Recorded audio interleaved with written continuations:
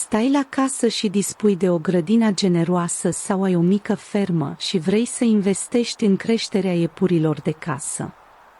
Este una dintre cele mai bune idei pe care le poți avea, pentru că îngrijirea și hrănirea acestora nu presupun costuri uriașe, iar carnea pe care o dau este foarte gustoasă. În plus, dacă ții cont de câteva etape și reguli de bază, sunt șanse mari să pui la punct foarte repede o crescătorie de pe urma căreia să-ți asiguri necesarul de carne pe o perioadă îndelungată, dar și să obții profit. Acestea fiind spuse, dacă printre obiectivele principale pe care le ai pentru gospodăria ta se numără și o investiție în creșterea iepurilor de casă, în cele ce urmează te așteaptă un ghid dedicat întreținerii și hrănirii lor, cu toate detaliile pe care trebuie să le iei în calcul. Atunci când vine vorba despre creșterea iepurilor, principalele avantaje țin de costurile acestui proces, dar și de rezultatele pe care le poți avea. În primul rând, carnea de iepure este foarte gustoasă și sănătoasă, are un conținut redus de grăsimi, un nivel foarte mic de colesterol, dar și foarte multe vitamine, minerale și aminoacizi, ceea ce o face să fie foarte dorită de consumatori, în special de către cei care au anumite restricții alimentare. Înmulțirea iepurilor se face foarte rapid. Perioada lor de gestație durează aproximativ 30 de zile, iar o iepuroaică gestantă poate naște, în general, până la 10-12 pui. Alimentația iepurilor nu implică niște costuri uriașe, având în vedere că aceștia sunt animale erbivore. Pot fi hrăniți cu diverse combinații de furaje pe bază de lucernă, iarbă. Condițiile de creștere a iepurilor nu sunt foarte complicate, rezistă și la temperaturi mai scăzute, însă trebuie protejați de ger și de căldura excesivă, și au nevoie doar de un adăpost curat, lipsit de umezeală. Pe lângă carne, un alt produs important pe care îl dau iepurii este blana lor. Dacă iei în calcul înființarea unei ferme de iepuri, este important să cunoști condițiile speciale pe care le implică îngrijirea lor pe termen lung. Adăpostul iepurilor de casă poate consta într-o cușcă mai mare, dispusă pe mai multe etaje, pentru a se economisi spațiu, în care, eventual, să existe și căsuțe individuale pentru ei. Acesta ar trebui amplasat într-un loc luminos și ușor călduros, ferit de vânt și umezeală, la o temperatură cuprinsă între 18 și 20 de grade Celsius. Podeaua și pereții săi pot fi din lemn sau din plasă de sârmă, însă, indiferent de alegerea făcută, ține cont de faptul că adăpostul trebuie menținut curat, de cel puțin 2 ori pe lună ar trebui să scoți iepurii și resturile alimentare din adăpost, să mături bine zona și să folosești o soluție pe bază de înălbitor pentru igienizarea locului. Pentru protejarea iepurilor sănătoși, este important să ai și o cușcă separată pentru izolarea celor bolnavi, poziționată la distanță față de adăpostul principal. În cazul iepurilor decedați, cadavrele acestora trebuie arse cât mai repede. Dacă e necesară păstrarea lor pentru autopsie, acestea trebuie colectate într-un ambalaj închis. Un alt detaliu important în ceea ce privește creșterea iepurilor este că sunt animale foarte sensibile și reacționează cu ușurință în fața factorilor de stres, care le afectează starea de sănătate și, implicit, calitatea cărnii pe care o oferă. Printre principalii factori care le dăunează se numără temperaturile extreme, gerul sau căldura excesivă, zgomotele puternice, manifestările agresive. Iepurii nu trebuie speriați sau tratați cu brutalitate. Acesta este și motivul pentru care ar trebui să stea departe de cotețul câinilor sau de alți factori de stres din curte. Condițiile neigienice din adăpost. Deshidratarea. Leiunile sau bolile specifice. Prin urmare, o atenție sporită la acești factori de stres și crearea unui mediu îngrijit și sigur se numără printre pașii de bază pentru dezvoltarea unei crescătorii de iepuri.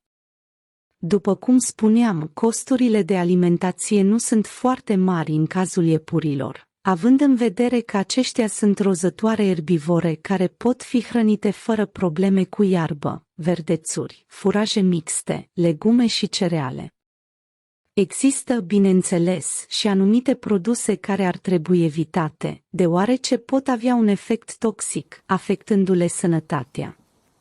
Printre cele mai bune opțiuni de hrană pentru iepuri se numără iarba proaspătă, fânul în special pe timp de iarnă, urzicile fierte, cartoful fiert, sfecla roșie fiartă, morcovul, furajele concentrate din diferite cereale, ovăz, porumb, grâu, bogate în vitamine și minerale. Un alt detaliu important, care trebuie punctat și aici, ține de igiena hranei. Toate legumele și verdețurile pe care le primesc iepurii trebuie curățate, spălate și uscate foarte bine în prealabil, ca să nu ajungă diferite bacterii la ei. Pe de altă parte, sunt și câteva alimente de evitat atunci când vine vorba despre hrănirea iepurilor de casă, pentru că le-ar putea afecta sănătatea. Printre cele care pot cauza tulburări gastrointestinale, ducând și la complicații, se numără castraveții, conopida, varza, salata sau trifoiul. Cantitățile foarte mici, servite ocazional, nu ar trebui să îi afecteze, însă e necesar să existe limite clare în privința lor. Un alt aspect important vizează hidratarea iepurilor de casă. Apa nu ar trebui să lipsească din adăpostul lor, așa că ar fi bine să investești în câteva adăpători pe care să le prinzi de cușcă și să ai grijă să fie mereu pline. Apa este de preferat să fie la temperatura camerei, chiar ușor călduță, pentru a se preveni răcelile animalelor. Nu în ultimul rând, trebuie să știi că iepurii mănâncă destul de mult, de câteva ori pe zi, așa că ar fi indicat să aibă în permanență hrană proaspătă în recipientele speciale. Unul dintre principalele avantaje ale creșterii iepurilor este înmulțirea lor rapidă, un real beneficiu pentru cei care vor să transforme această activitate într-o afacere cu acte în regulă. Iar împerecherea lor reprezintă un proces care ar trebui gândit cu mare atenție, pentru ca totul să iasă bine. Înainte de toate, important este ca iepurii să atingă vârsta necesară pentru reproducere, pragul maturității sexuale. Această vârstă oscilează și în funcție de rasa lor. De exemplu, rasele mici de iepuri, Havana, argintiul englez, ajung la maturitate sexuală la 6-7 luni, rasele de mărime medie și mare, Rex, argintiu francez, berbec englez, ating condițiile de reproducere la 7-8 luni, pe când rasele foarte mari pot atinge pragul mai târziu, la 8-9 luni. Spre deosebire de alte mamifere, femelele iepure nu au ciclu menstrual periodic, ceea ce le face să fie disponibile pentru reproducere pe tot parcursul anului. În plus, perioada de gestație durează, în medie, 30 de zile din momentul în care a avut loc monta, ceea ce înseamnă că pot făta și de 10-11 ori pe an. Cu toate acestea, o astfel de frecvență nu este deloc recomandată, pentru că există riscul să-i fie pusă în pericol sănătatea organismului și capacitatea de reproducere. În cazul ideal, o femeie ar trebui să dea naștere de 3-4 ori pe an și să aibă parte de pauze între aceste momente. Pentru montă, femeia va fi adusă în cușca masculului și vor fi lăsați împreună pentru câteva ore, fiind supravegheați pentru a nu exista accidente și pentru ca fecundarea să se realizeze. Există, desigur, și câteva restricții în ceea ce privește acest act. De exemplu, împerecherea trebuie să se facă între iepuri de aceeași rasă sau de talie similară. De asemenea, nu se pot da la montă iepuri care au aceiași părinți, frate-soră. Se pot împerechea numai în combinații de mamă-fiu și tată-fiică. Cu toate acestea, cel mai bine ar fi ca procesul de reproducere să aibă loc între iepuri cât mai diferiți ca origine. Deci creșterea iepurilor nu este nici costisitoare și nici dificilă. Aceștia sunt destul de sensibili și au nevoie de o îngrijire atentă și de protecție împotriva bolilor care i-ar putea afecta. Printre cele mai frecvente boli de piele întâlnite la iepuri se numără râia și stafilococia, care, dacă nu sunt tratate la timp, pot pune în pericol viețile animalelor. Diferitele forme de râie sunt cauzate de anumiți paraziți și se manifestă prin pruritul intens și prin leiunile apărute în diverse zone ale corpului, cap, urechi, nas. Într-un astfel de caz, tratamentul constă în dezinfectarea porțiunilor afectate de răni și aplicarea unor unguente care să vindece plăgile. Pe de altă parte, stafilococia iepurilor este declanșată de o bacterie, Staphylococcus pyogenes, și presupune o iritație a pielii, însoțită de abcese care se extind la nivelul întregului corp.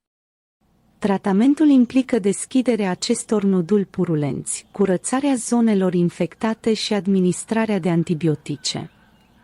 Nu în ultimul rând, prevenirea acestor boli de piele se face prin menținerea unei igiene corespunzătoare în cușca animalelor, dar și printr-o hrană curată, care provine din surse sigure.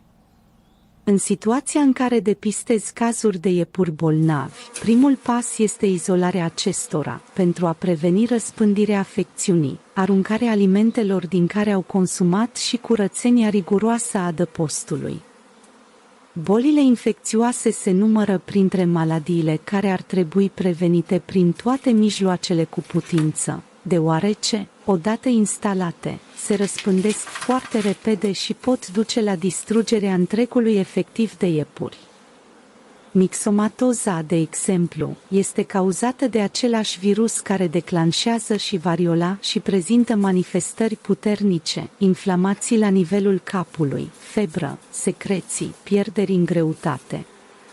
Șansele de supraviețuire sunt foarte reduse în cazul mixomatozei, motiv pentru care se recomandă vaccinarea iepurilor din timp, în scop preventiv, operațiune realizată de medicul veterinar. Corpurile iepurilor care mor din cauza acestei boli trebuie îngropate la mare adâncime, în timp ce obiectele cu care au intrat în contact, recipiente de apă și de mâncare, sunt distruse complet, iar adăpostul în care au stat trebuie să treacă printr-un proces intens de dezinfectare și deratizare. Apoi, una dintre cele mai periculoase boli ale iepurilor, cauzată de o bacterie, genul Pastorella, hemoragia septică atacă toate organele corpului și se manifestă prin inflamații, sângerări, afecțiuni ale căilor respiratorii. Uneori semnele nu sunt foarte vizibile, iar iepurii mor în doar câteva zile. Cauzele hemoragiei septice pot varia de la un caz la altul, dar printre cele mai frecvente se numără condițiile de mediu și cele de igienă din adăpost. Iepurii pot avea de suferit și de pe urma alimentației nepotrivite. Balonarea și stările de vomă sunt o consecință a ingerării unor produse toxice în cantități mari și în mod recurent, varza, castraveții, trifoiul etc., și pot fi tratate prin reglarea alimentației. O altă afecțiune des întâlnită este și hipercalcemia, cauzată de un consum excesiv de alimente bogate în calciu. Urmarea este modificarea corpului iepurilor și o ușoară lentoare în mișcările lor. În concluzie, creșterea iepurilor se numără printre cele mai bune idei pe care le poți avea pentru ferma ta. Este o activitate care presupune costuri reduse, dar care îți poate aduce un profit semnificativ pe termen lung.